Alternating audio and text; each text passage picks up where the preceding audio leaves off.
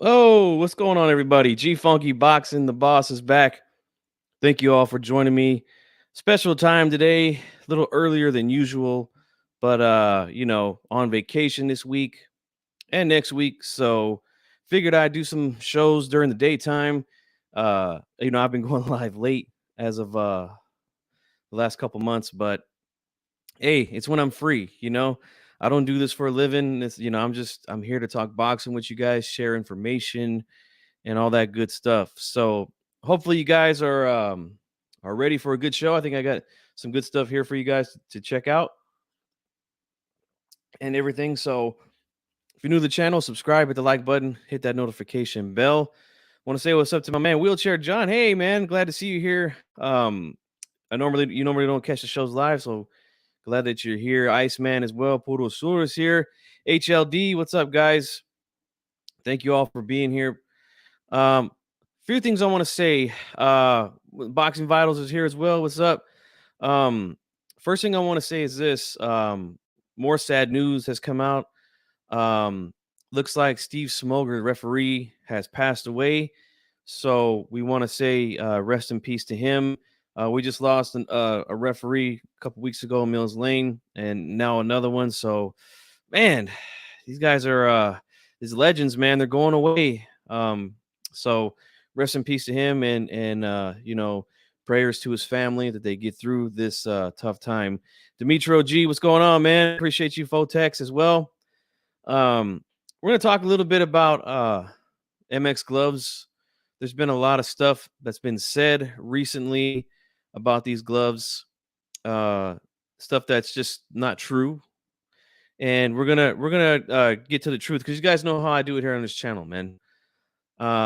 Whenever there's narratives or claims that go out about certain things, I always go out and get people that are smarter than me and that know what the hell they're talking about to debunk these things. Fotex gives his congratulations to Argentina. Yeah, man, it was a good game. That was a hell of a game. And congratulations to them and Messi. I don't know, is Messi the GOAT now? You tell me. I don't know. I'm really, really casual when it comes to football, man. So you know, I know there's always been a big debate between him and Ronaldo. So I don't know. Um, Also, before we get started, real quickly, this week I do have a guest coming on Thursday afternoon. It will be 8 p.m. Eastern, 5 p.m. Pacific. Anthony Peterson will be joining us to do an interview. He's going to be fighting on the undercard of Tank Davis versus Hector Luis Garcia. So we're going to have him come on, talk to him about that and some other things. So make sure that you guys activate that notification bell so you don't miss it. Okay. So HLD here saying, what statements are we presenting to debunk? Well, we've heard a lot of things, man. We've heard a lot of things as of late. Let's see, Fotex, like, serious question. Were the gloves ripped? Ripped could have been a big advantage. We're going to talk about that. We're definitely going to talk about that. So let me grab the picture real quick. There's a few things I need to get here. But I've heard quite a few things lately about, and over the years, about MX gloves, right? Now, I'm the type of person, again, like I told you guys, I don't just say things just to say them, right? I make sure that whatever it is I'm saying, I can back it up with a legit source, right? Or get the source. One or the other is what I do. Okay. Now, back when Glovegate was a big thing a couple years ago, there was a lot of crazy claims about MX gloves, right? There was people saying that MX gloves should be banned.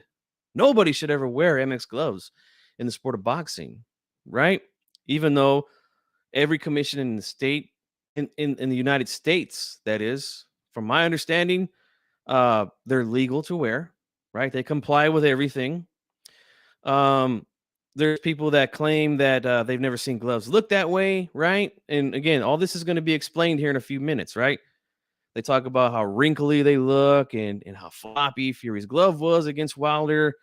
I've even heard people claim, and I don't know how people can believe this, but somebody just literally say, "Oh, this is all you got to do to an MX glove to move the padding. This is all you got to do." I mean, First of all, that's false. But secondly, that tells me you've never put on a real glove before in your life, ever.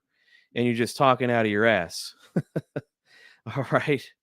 So, look, I want to put this out there first. Okay. You see this right here? The definition of stupid, right? It says knowing the truth, seeing evidence of the truth, but still believing the lie. That's what we get often here. We get that often here uh on YouTube in the boxing community, right? And look, like I said, I had Ernesto Gabion from Everlast, who's an expert on gloves, come on here and talk to us about the gloves, right? He literally laid it all on the table, and he's been involved in some of what our people in the community will say controversial moments in boxing, right? He was there. Uh, he was the representative for Everlast when Mayweather claimed that Maidana was trying to use illegal gloves for their first fight. He was there. He's the guy that brought those gloves to the fight, you know?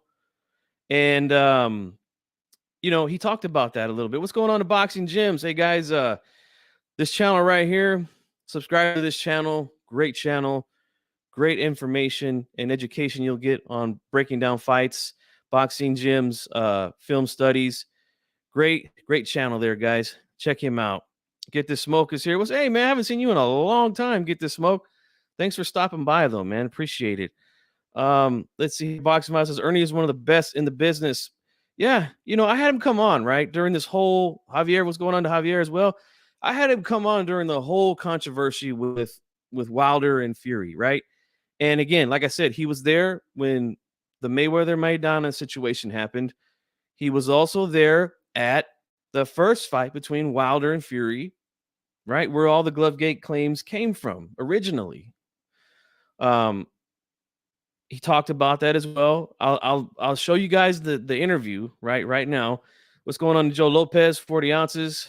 But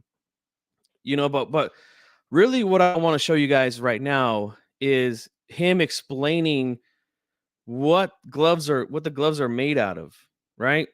And this is a picture that's been floating around social media and also here in the YouTube boxing community, where we see here a pair of Everlast gloves, and we see the rips on the glove, on one glove, and then on the side of the glove, right? You can see where basically where the seams are, where they've been sewed together. The leather started to open up, right? Now, Fotex said earlier, I don't know if it's a fake picture or not. That's the pictures that I've been seeing, right? And again, if you watch the fight, you can definitely see it. I think I noticed it towards the end of round 4, especially the glove that had the thumb, where the thumb was coming apart. I noticed that first in round 4, and then I seen the other one. I think the next round, the other one was starting to open up. But let me share my screen real quick, guys.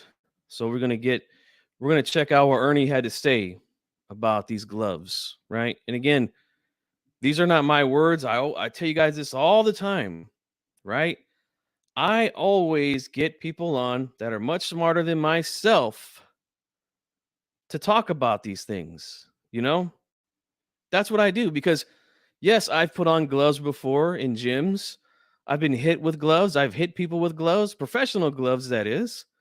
But I know a lot of you haven't, and that's fine. That's perfectly fine, right? I'm not trying to say I'm better than you or anything like that. Shout out to my man Boxing Gyms for the $4.99. Appreciate that, man. He says, had to support real boxing info and knowledge. Thank you so much, man. And again, that's a great channel there, guys. Check him out. HLD says, I've never seen brand new gloves perform that way with just 5 rounds of use. Not professionally or in amateur/backyard. Any and all questions are legit to be asked, in my opinion. No, you're absolutely right. You can ask questions about the gloves. But again, what I'm hearing is different things about the gloves, right? I've heard people say that they tampered with the gloves, which I think is completely false, right? That this is the only reason that Crawford won the fight. which I think is completely false. And also that there was padding falling out of the glove. Now, we're going to listen to Ernie right here, what he has to say about it, how they're made, what's inside of them, and all that stuff. Here we go. Yeah. So I want to ask you some questions now about Everlast and some of the gloves. Okay. Now, uh, I'm no expert in this field at all, but I have put But I on am. different types of. Yes, you are exactly, and that's why I got you here. Let me turn on the light real quick. Sure.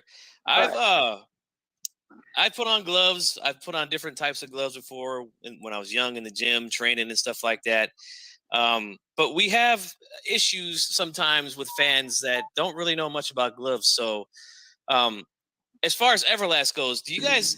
I feel weird asking this question, but do you guys make more than one type of glove? Are there different stuff that goes inside of gloves? Because people think that there's just one type of glove that just goes all around the boxing world. So let me temper this by saying I won't talk about any other else's brand, whether good or bad or anything like that. I'm not going to shit on them. It's not my style. They can shit on me all they want. I don't care. They can shit on my brand all they want. I don't care. I won't do that. I'm not going to stoop to that. So what I'll say is we have MX Paralock 1910 Elite. And so currently we have four different models. We have the MX glove, which is our Mexican glove. It's a foam horsehair combination with a soft what we call planchetta leather. It's a softer leather than your normal glove, which is. All right, I want to stop it there. So he just described the leather, right? So that's exactly why you see those gloves, those MX type gloves. Well, I shouldn't say type. That's the way that the MX gloves always look. And that's one of the claims that people make, that they look used already, right? That's what Mayweather's claim was against Maidana. Those gloves look broken in already. They're all wrinkly, right? We heard the same thing with the Deontay Wilder fans saying the same thing, right? He just described to you that it's made with a specific leather, right? That's softer than the other gloves, you know?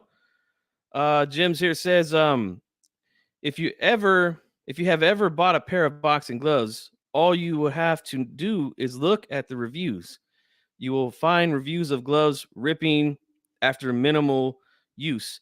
Yeah, they're not made for especially gloves like this, they're not really made to be used multiple times, especially in a fight, you know?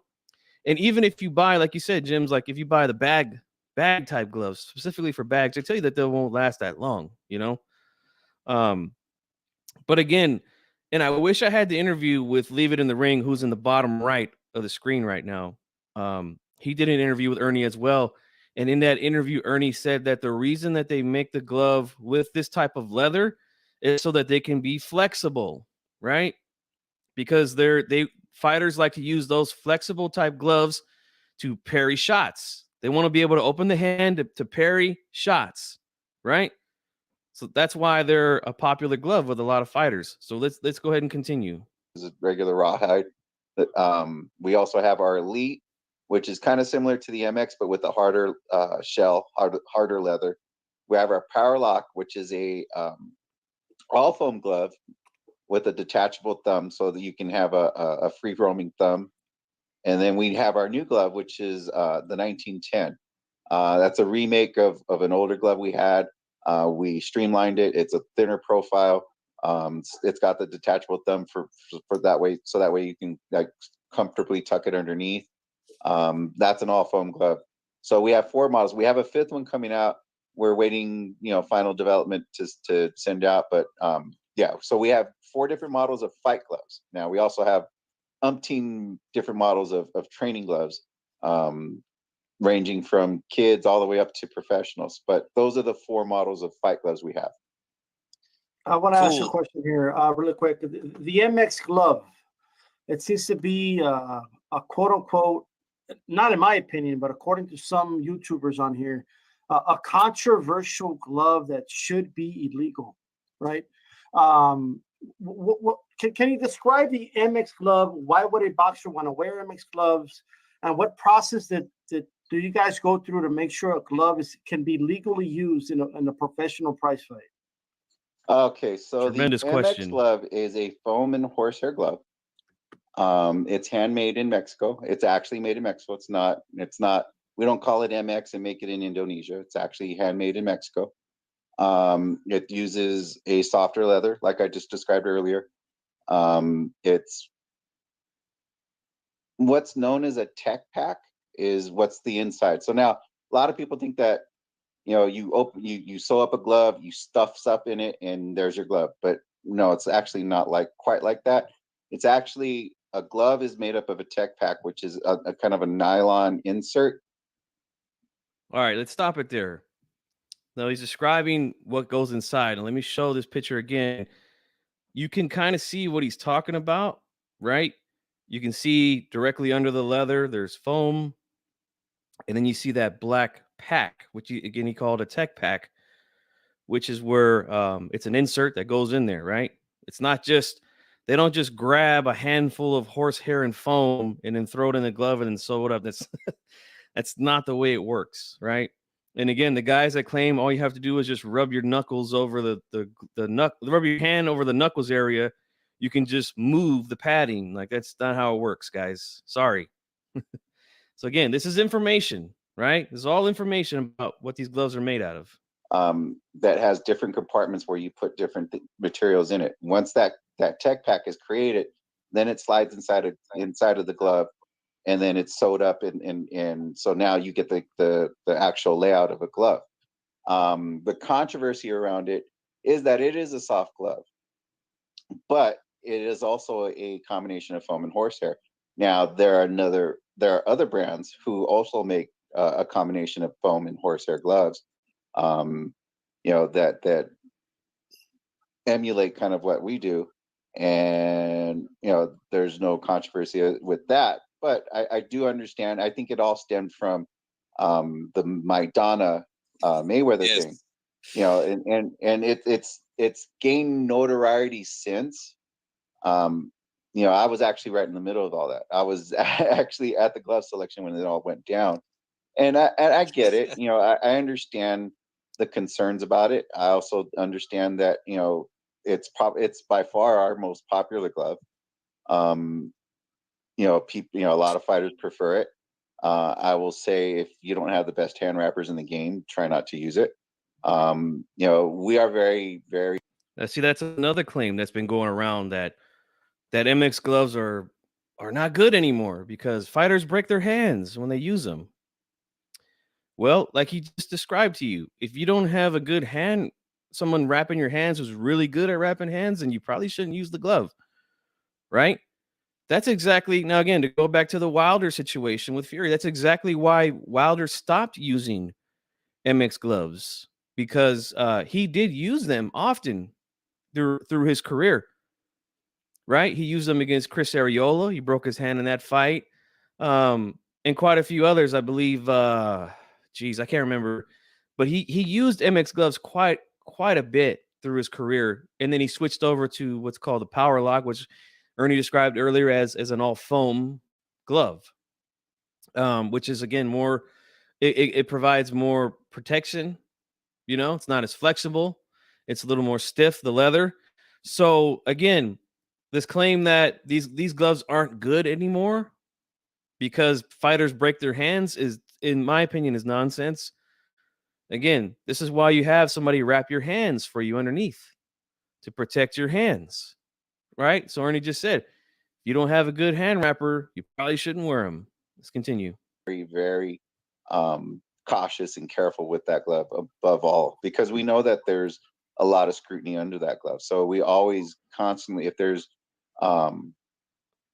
concerns about it, we pull samples and we send them to our place in New York, our headquarters in New York, to go over them to see if there's an issue with QC, if the composite's not quite right, things like that. We scrutinize our glove more so than fans do. Okay. Yes. If I can follow up a little bit with that, if you Sure. don't mind, Monkey. So, as far as that glove goes, right? Because you mentioned the Mayweather Maidana situation, right? Mm-hmm. All I hear fans talk about is, they tried to fight Mayweather with a glove with quote unquote no padding, right? As far as you know, was that a regular MX glove, like the first, the ones that had like the Argentine color on them? It's not as far as I know. Excuse me. It's not as far as I know. I know for a fact. So now here's the thing with this. Okay. We do not custom make gloves. We don't adjust padding for fighters. We don't move padding around. We don't lighten it here or anything like that. We've had asks because there are other companies who will move padding around for fighters. It's one of the, to me, it's one of the underbellies of the sport where I think, a fighter will go, hey, can you lessen the padding here so that way I get more impact and fight, and companies will do it. As far as we're concerned, if you do not, so that's another claim that's gotten destroyed right recently. And again, guys, this is what I didn't want to go back to doing. You guys know. So the rest of it, basically, if you guys want to check out the interview, you could just type in, if you search me, G Funky Box, and the title of the show is called "Glovegate Gets Destroyed" by Ernest Gabion.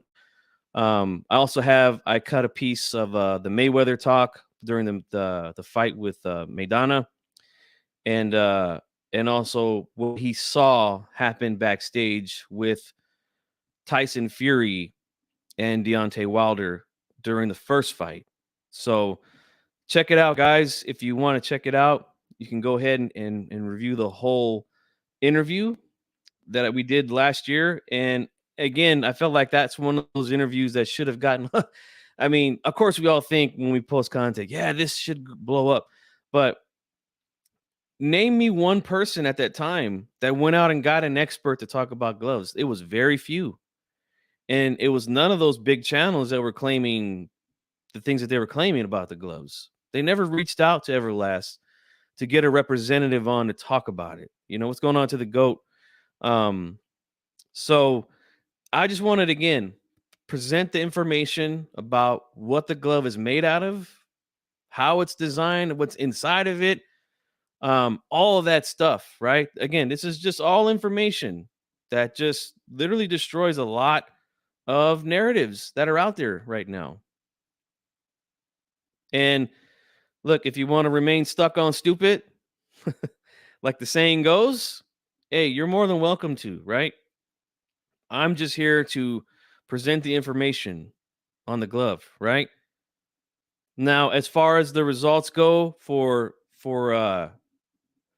Crawford Avanesian, now look, I understand Avanesian has, I think, filed some sort of claim against the commission to, I think, make that fight a no contest due to the equipment having a malfunction during the fight. I don't know what that process is, but I'll say this before we move on to Frank Martin, because I really want to talk about Frank Martin. I felt like he had a really good performance on Saturday. But I do feel like the commission dropped the ball during that fight. They should have made Crawford switch the gloves right there on the spot when they discovered that they were starting to come apart at the seams, right? And from what I saw when the fight was over, I seen somebody, I can't remember who it was, but somebody from Crawford's corner actually went back and got the backup pair. And they had them there in the ring. You can still see it in the plastic bag. If anybody's ever seen the videos on the glove inspection meetings, right? Glove selection meetings, you'll see that they come in these packs, So they did go and get the extra pair. The problem is they didn't make them change it. Right now, I want to give some credit to one of my subscribers, Run PMC, one of my great subscribers here on this channel. He shared some information with me when Gary Russell Jr. had a glove malfunction early in his career, and they switched the gloves right there in the corner in the middle of the fight. And that's what I think that the Nebraska State Athletic Commission should have done in that fight. And then possibly all this stuff could have went away. Possibly. Again, there's going to be people who are going to remain stuck on stupid when it comes to this, right? They'll literally just disregard everything that I just showed you as far as what Ernie said, who's, again, a guy who understands what goes into these gloves, right? So it's impossible for the glove to be tampered with, right? Because we know it gets inspected not only by the commission, but by your opponent's team. We see that often. They grab the glove, they look at it, they could even put their hand in the glove, right? There was no issue there. And again, padding can't just come flying out of these gloves because they're not designed that way. And we just heard Ernie explain that.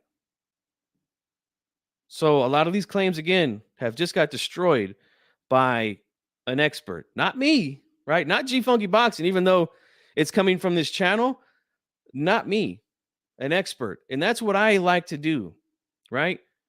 When I talk about certain things, I go and get people, again, that are much smarter than me to explain it, right? I could tell you what a horse-haired glove feels like because I've put them on and I've punched people with them. I've been punched with them. And that's all I could tell you. I can't tell you what goes inside of it. I can't tell you what kind of leather's in there. I can't tell you none of that. Nothing. Okay. Let's see here. I'm going to go do some comments here. Gosh, Rivera's performance was the most pathetic showing I've seen from a hype prospect. Extremely one-dimensional. We're going to talk about that here in a few minutes. The GOAT. Stick around. Boxing Mouth says, bro, a lot of these other channels are one side in their narrative, but you're like me and many others, just boxing fans. Yeah, I mean, we know what that's about, man. We know what that's about. Let's see. It's a legit claim. Fight should have been stopped and gloves replaced immediately. I agree with you, HLD. They dropped the ball. The commission dropped the ball. This is not Crawford's fault or Crawford's doing, you know? Let's see. The Boxing Gym says the claim makes sense. I'd file the claim if I was Avon's manager. It's going to be a successful dispute. My guess is no. Yeah, we'll have to wait and see. I agree too. He should, because they should have made Crawford switch the gloves. It's been done before. It's been done before, so there was really no reason for them to, and again, the referee noticed it. She walked over to the commissioner. They gave it the okay. That's where the problem comes from right there.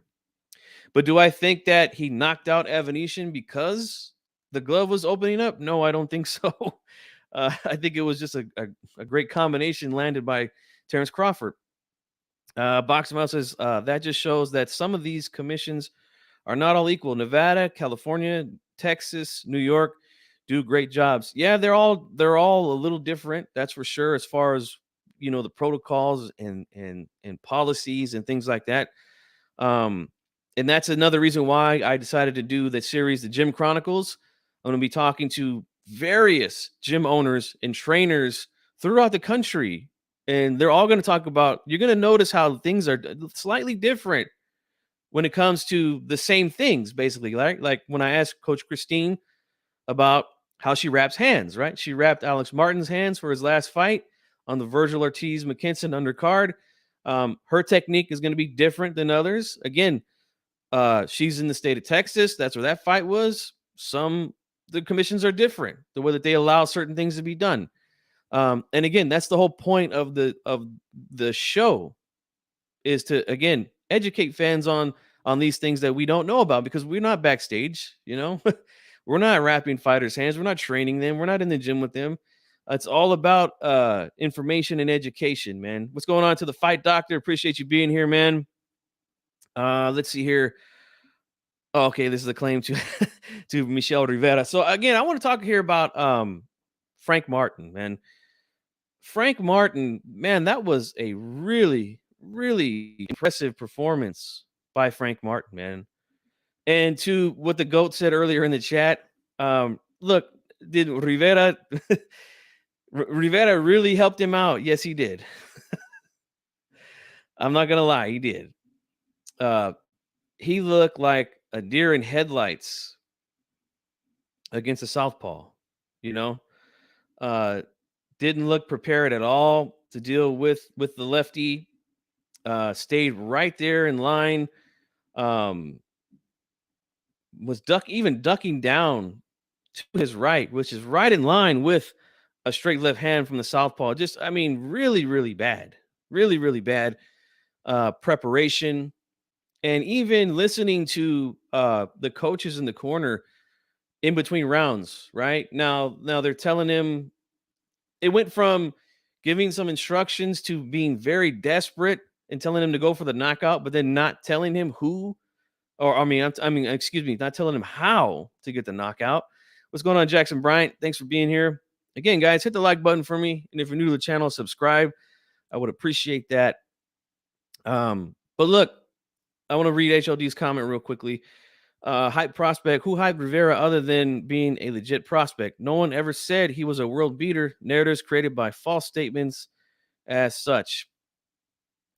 And look, I see a lot of people throwing Rivera away after this loss. And I think that's not good for the sport, guys. Okay, look, Rivera was a prospect, right? Undefeated prospect with potential. Same thing with Frank Martin, right? These two guys got together, they fought. Somebody had to lose, right? And just because they lose, we don't just throw them away. Like, that's ridiculous, guys. And the sad part is this. A lot of people being inconsistent with that. People that I follow on Twitter, right, who are in the business, some writers, right? These are the same type of guys that condemn people like Mayweather for quote unquote protecting his O. Yet when we get guys that aren't protecting their O's and they lose, then we want to throw them away. How did I ever want to see Rivera again? He's awful. This is a hype job. Like, that's terrible, right? That's terrible. We can't do that. Let's see how the young gun rebounds from this, okay? That's how I like to judge fighters, right? When they go undefeated, they do some good things, they take a loss. Okay, let's see how they rebound. You know? Let's see how they rebound from this. And then we can say, okay, yeah, maybe he needs to make a change in trainers, do some things differently, you know? Let's see how they learn from the mistakes, because they made a lot of mistakes in this fight. Jim's right here is covering this. Completely ignored lead foot position. No adjustment from the inside foot position. It was a poor performance indeed. I agree 100% with you. Let's see. DJW. Hey, it says, welcome. Thanks for the welcome, bro, in here. Courtesy of Boxing Gyms. I appreciate the recommendation and your boxing base. Oh, hey, man. Appreciate that, man. Shout out to Gyms as well. And again, guys, follow Boxing Gyms Film Study. Great channel. Let's see. Terrible performance and game plan, no doubt. Also, much credit to Martin and his team in preparation with. Oh, definitely. Now, before I show some sequences here from the fight that I have prepared, I want to say this. Now, it's real quick. It's only like a minute or so. Again, I don't have a whole lot of time these days, man. I got my older daughter who's home from school right now. She's on winter break. And then I got a 9-month-old who just turned 9 months today, teething. So you can imagine how busy it is around the house these days. But I'm doing the best I can with the time that I have to come on here and talk with you guys, because I love this sport and I love talking boxing with you guys. So with Frank Martin's last fight against Jackson Marinez, I felt had a really good fight with Frank Martin. Now, I know Martin came back late in that fight and stopped him in the very last round. That was a 10-rounder. I actually had Marinez up by 1 round going into that last round. I think as far as rounds go, he did get dropped in the 9th round and then stopped in the next one. I felt like to me, I felt like his defense was really bad. I didn't really see a whole lot of head movement from Frank Martin. But he improved.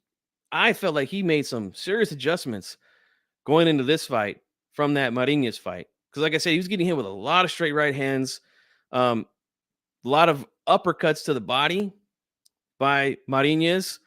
And it was a tough fight, a very tough competitive fight, much different than this fight against Rivera, much different. Let's see, Super Funk Master G says, Rivera didn't have the tools against the slick southpaw style of Martin. Definitely. Definitely. Boxing Gym says, I didn't hear the coach saying anything about positioning in the corner. Strange. Yeah, it was, what you heard mostly was, throw the jab and then the right hand. I feel like the mistake was that Rivera was trying to actually land the jab to the face instead of just using it to set up the right. Maybe jab, like Abed Armadas was saying, right? You guys got to listen to the analysts that are on these shows, not the guys that are calling the play-by-plays or the unofficial judge, but Abed Armadas, who is the analyst, and he was saying, you know, if I was Rivera, I'd be punching him, jabbing him to the shoulder, you know, and then trying to shoot the right hand. He was really trying to land it to Martin's face, into his body, and again, standing like Jim said earlier, the foot position was bad. He was on the inside, and he was just getting wrecked all night long with straight right hands. I mean, straight left hands, excuse me. And I felt like Frank Martin showed, yeah, I had a tough fight with Marinez, but he went back into the lab, worked on some things, and my God, he looked spectacular, man. He looked spectacular in there. And I'm very excited now because, look, we got a new name at 135. He called out some guys. I don't know how realistic some of these fights are. That's another conversation. But let's see here. Two Savage says should have doubled the jab to the shoulder and shoot the right hand. He landed the straight right hand early in the fight that I thought got Martin's attention. Yeah, and the couple of rounds that I gave Rivera was rounds 4 and 5. I do feel like the right hand was connecting a little bit more in those rounds. But Martin, he was just, the footwork was incredible. The in and out, you know, pivoting was great. Using some lateral movement to move around the ring, change the angle, and then attack. I mean, I felt like he was fantastic. And again, the head movement improved much better from the fight with Marinez. Much better. Hold on, guys. I didn't want to cough in your ear. So I'm just going to, again, show some sequences here that I felt were just fantastic from Frank Martin in this weekend's fight with Michel Rivera. And again, I don't want to throw Rivera under the bus. Let's see how he comes back from this loss. Let's see if he can learn. Let's see if his team can make some adjustments to what went wrong in the fight. So let me pause this real quick. We got another comment here. It says, Intangible Boxing News says, Boxing Gyms was absolute spot on in the end of the film study before the fight, where I remember he cites Michel Rivera often ignoring foot position entirely. That's exactly what he did in this fight. I really was kind of lost, man. I had that deer in headlights kind of look after about 6-7 rounds in this fight. See, Rivera also had to really fight with him. No urgency to win, just standing there from the beginning like a punching bag for Martin. Yeah, it was bad. Okay, it was bad. Now here's this sequence here. I want to talk about this because you guys know I've been talking about this recently here on the channel about inside fighting, and not just only inside fighting, but holding, the difference between a hold and a clinch, you know. And right here, what we see is earlier here in round 2.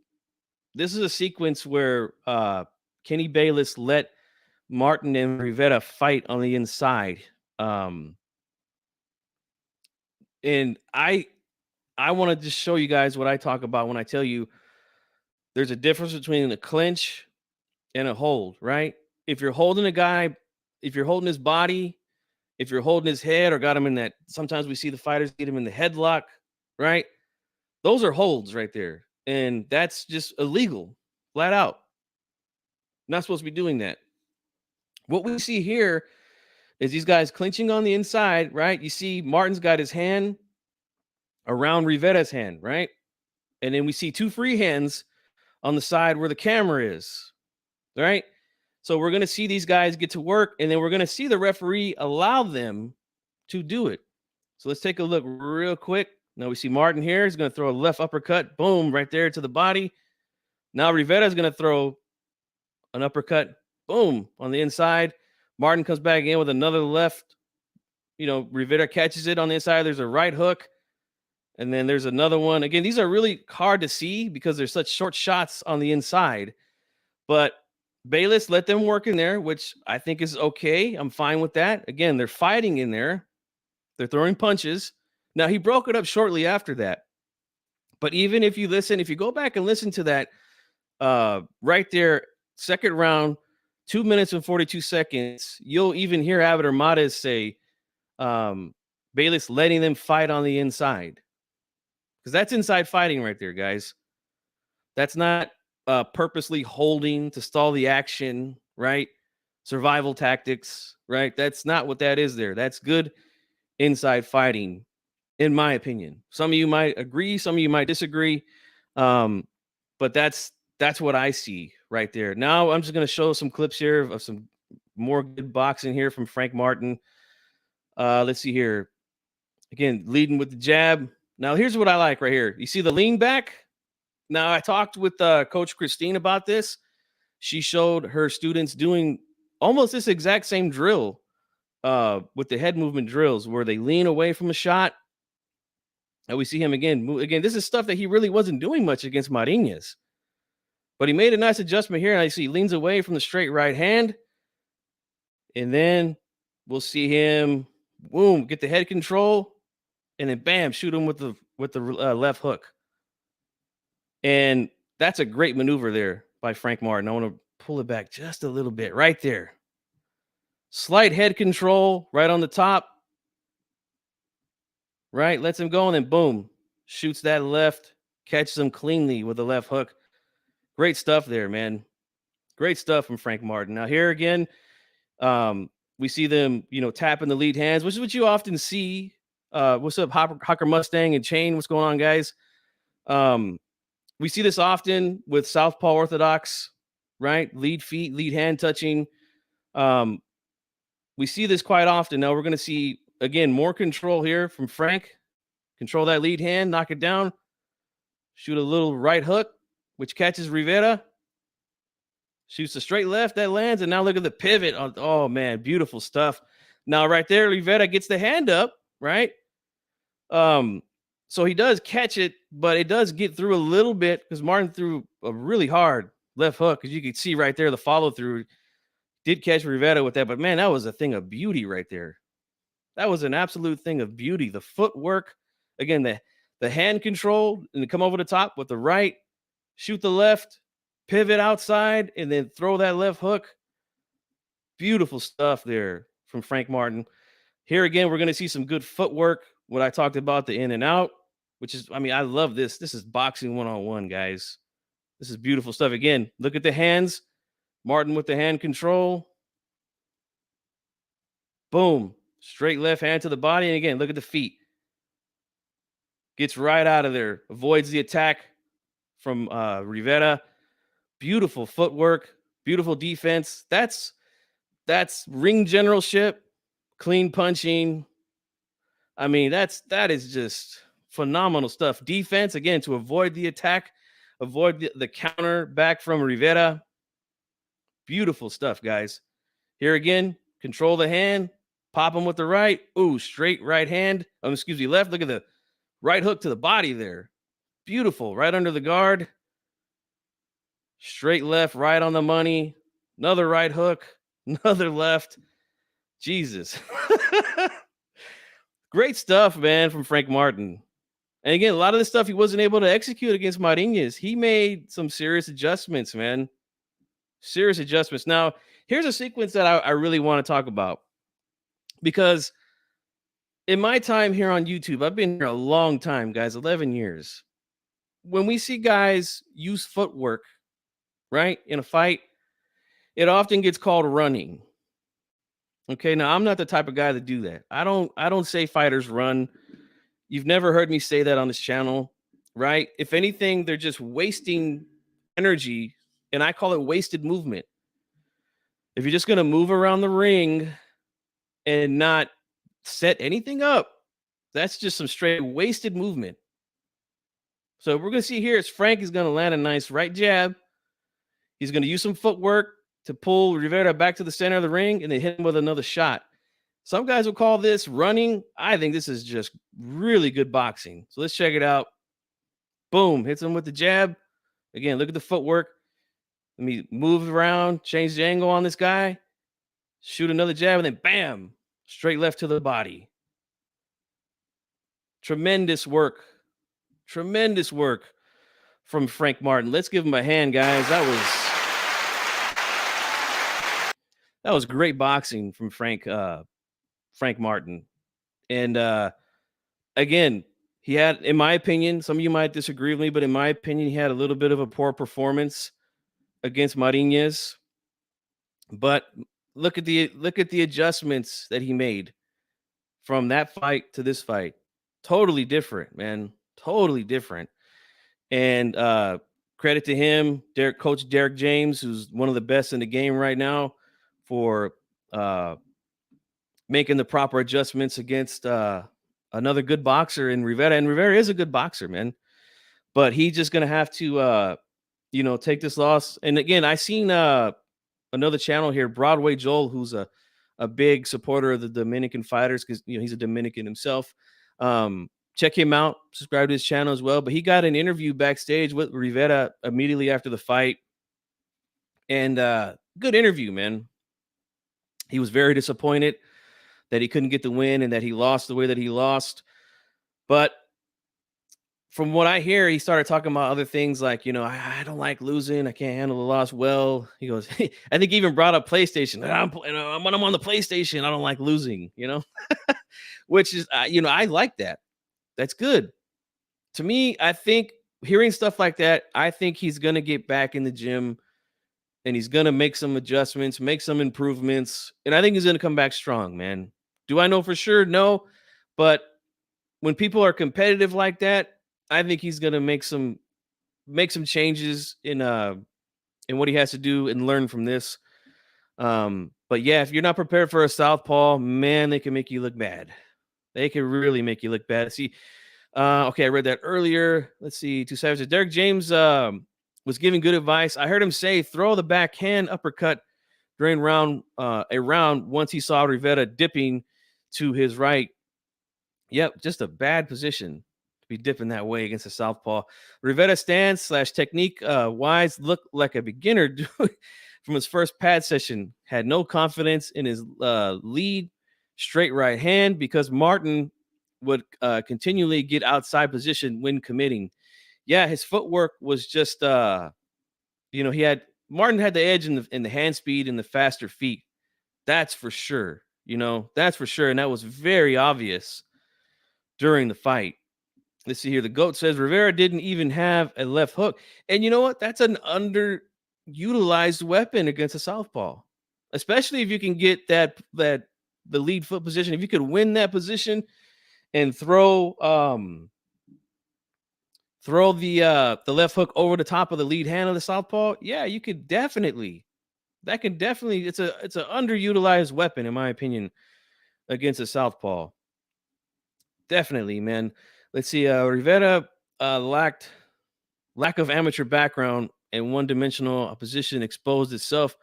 People like Adorno, Perez, Giron were very basic, either come forward fighters or pocket punchers with the inactive lead hand.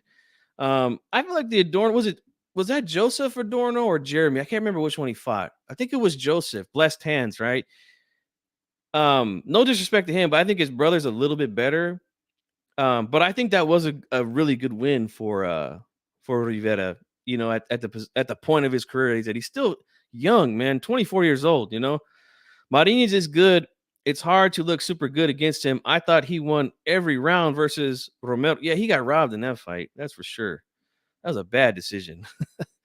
That was a very, very bad decision. Let's see. Rivera looked slow, in my opinion. He was the hand speed definitely was slower, but he got slower and slower as the fight went on. No doubt about it. I think he kind of knew what was going on. And credit to him, he didn't go to survival tactics and just pack it in. I felt like he was trying. He was just in there with a much better fighter who was, I think, more prepared.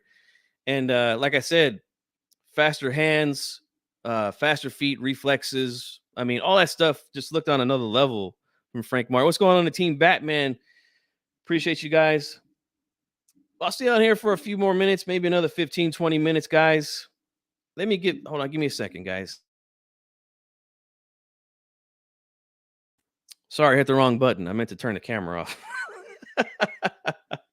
Sorry about that, guys. But I'll get the phone line open, man, if anybody would like to call in and give their opinion on either topic of the that I covered here on the show, whether it's the MX gloves with Terrence Crawford or Frank Martin's performance and Rivera's lack of performance Saturday night. All right, so there's the phone line, guys. If anybody would like to call in, please no blocked or private numbers or anything like that. There's a lot of trolls out there, and I don't got time for that type of shit. But give me a call if anybody wants to give me a call, 916-572-1020. I would love to hear from you. I got some free time right now, which is why I'm on live. So I would definitely love to hear from anybody who would like to call in. If not, we'll continue to go with the chat, and we'll go from there. Let's see. Michel Rivera should fight De Los Santos, in my view. I think those guys are friends. Now, again, I don't think that would affect anything because, I mean, shit, you're going to get paid a lot of money to fight. But I think that De Los Santos, if I remember listening to the interview with Broadway Joel, the immediate reaction to the loss, I think he said that De Los Santos was a guy who he trained with, sparred with him in preparation for this fight. See, people never considered that De Los Santos lost earlier this year. If Rivera had the confidence, he can win that fight. We'll see. Yeah, we'll see, man. Let's see. Dondada says, why is Southpaw 773 saying that Crawford cheated? Because he just doesn't. Look, those type of guys, they're going to say things that they know that their audience wants to hear. That's really what it is, guys. You can't take what he says seriously on claims like that, right? I don't know if you're subscribed to him, Don Dada, but ask him why he didn't get a glove expert on to talk about it, right? And he's another one of those guys that I believe was talking about how Fury cheated, right, with the gloves and all that. But again, he's a much bigger channel than me. Look, I got less than 2,000 subs. I'm getting close to 2,000, but I'm not there yet. He's a guy who's got, I don't know, 40, 50,000 subs. You telling me he can't reach out to Everlast and get a glove expert on? But yet I can. And at the time that I got Ernie on, I think I don't even know if I was at 1,000 yet. I don't even think I was there yet,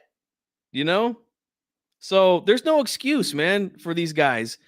They don't want to hear the truth. That's really what it is, man. They don't want to hear the truth. They don't want to put the truth out there. And it's because of this. The guys who are subscribed to them, they want to be stuck on stupid. Right? That's just what it is, man. That's all I could say.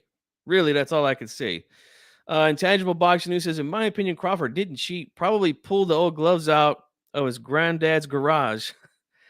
The decay around the gloves incision leads me to believe the gloves had suffered previous wear.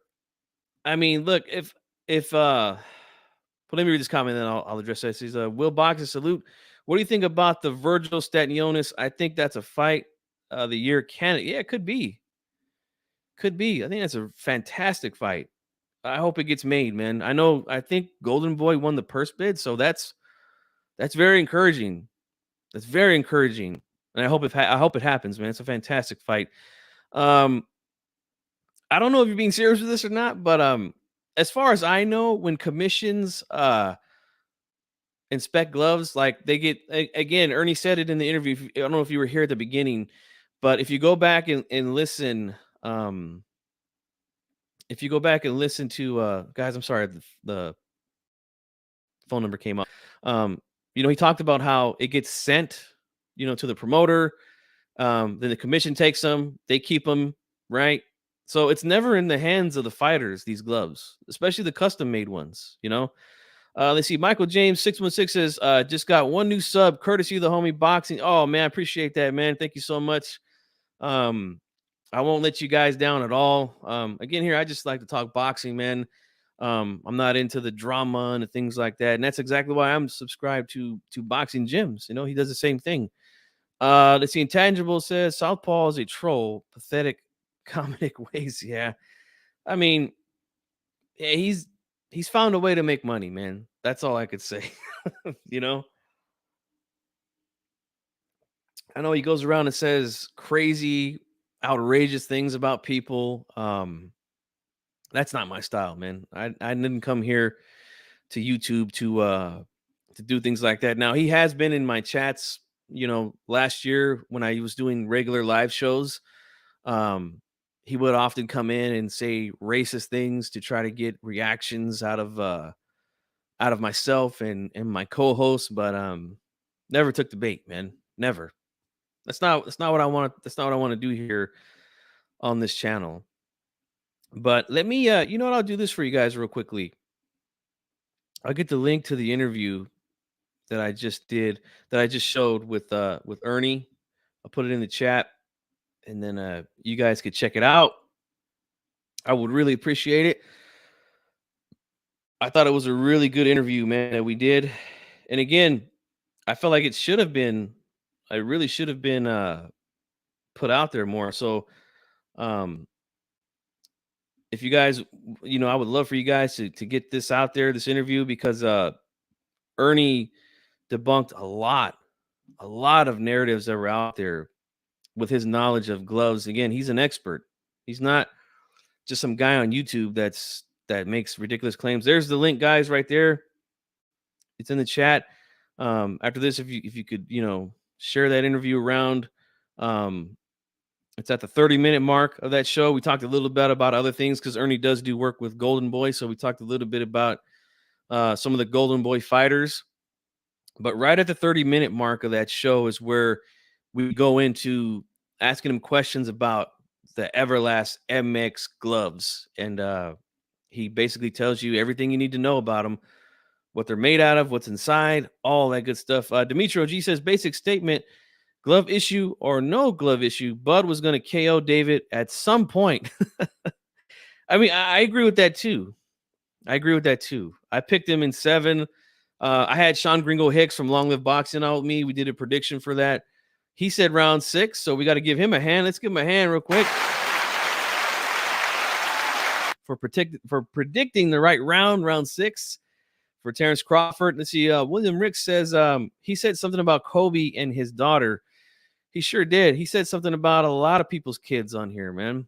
People that I know, people that I'm good with, people that I talk with behind the scenes. Just awful, disgusting stuff, man. Awful, disgusting stuff.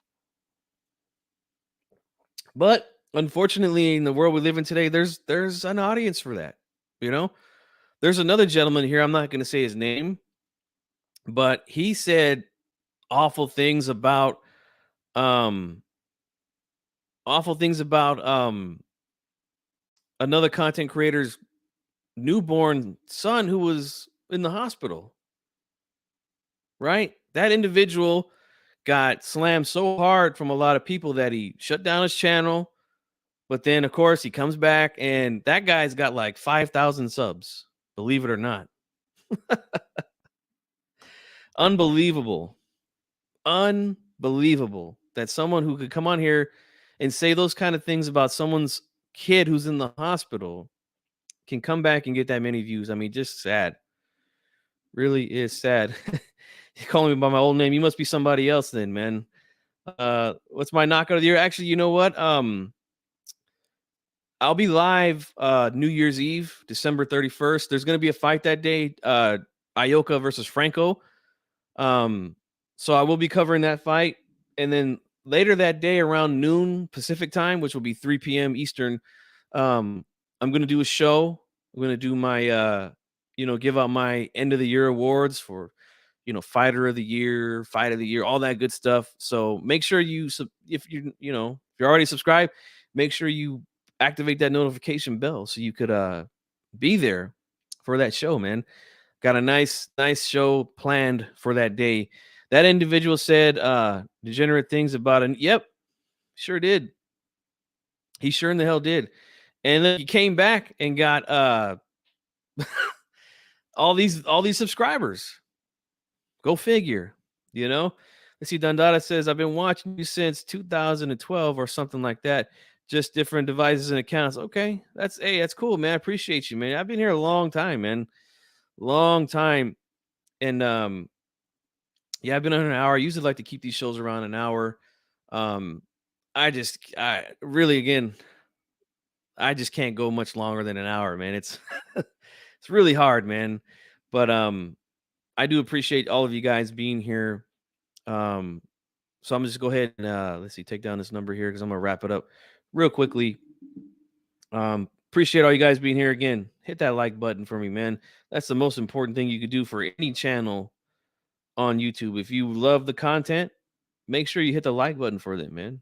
That's what helps the channel more than anything, guys. That's it. It's free. Hit the like and all that good stuff, man. Let's see. Mr. Tarrant says, would you say Japan is less sustainable to corrupt judges or susceptible to corrupt judges, or is it the same? I mean, that's a whole nother topic, man. That's a whole nother topic that, you know what, we can talk about it. You know, boxing has been so busy though this year that I have rarely had time to do like any kind of topics like that because we've been doing a lot of predictions, a lot of breakdowns for these fights. So, but that's a whole nother video, man.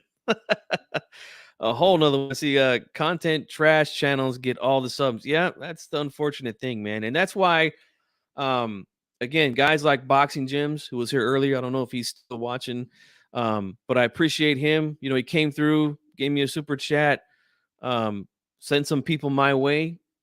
But he's another channel that doesn't do that type of nonsense, right?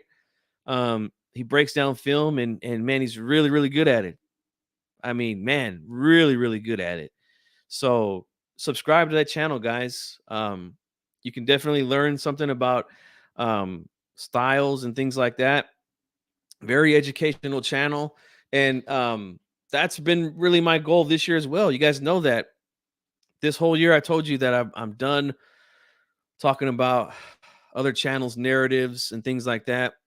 This one here, I know it kind of came off as that way. But I just wanted to get the information out there about the gloves, right? And again, not from me, but from an expert, so that you guys can learn something about these gloves, you know?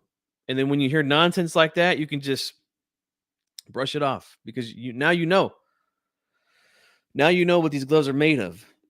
Okay. And I also want to talk about Frank Martin and what he did. I felt like what he did was spectacular Saturday night, man. And look, for a guy to go from the way he looked against Marinez to the way he looked against Rivera, made some tremendous improvements in my opinion. So I definitely look forward to seeing him more in the future because he's a guy that goes back to the drawing board and says, look, I got to get better at some things. I got to improve on some things. Those are the type of fighters right there, man, that you really got to keep your eye on, you know, really, you really do.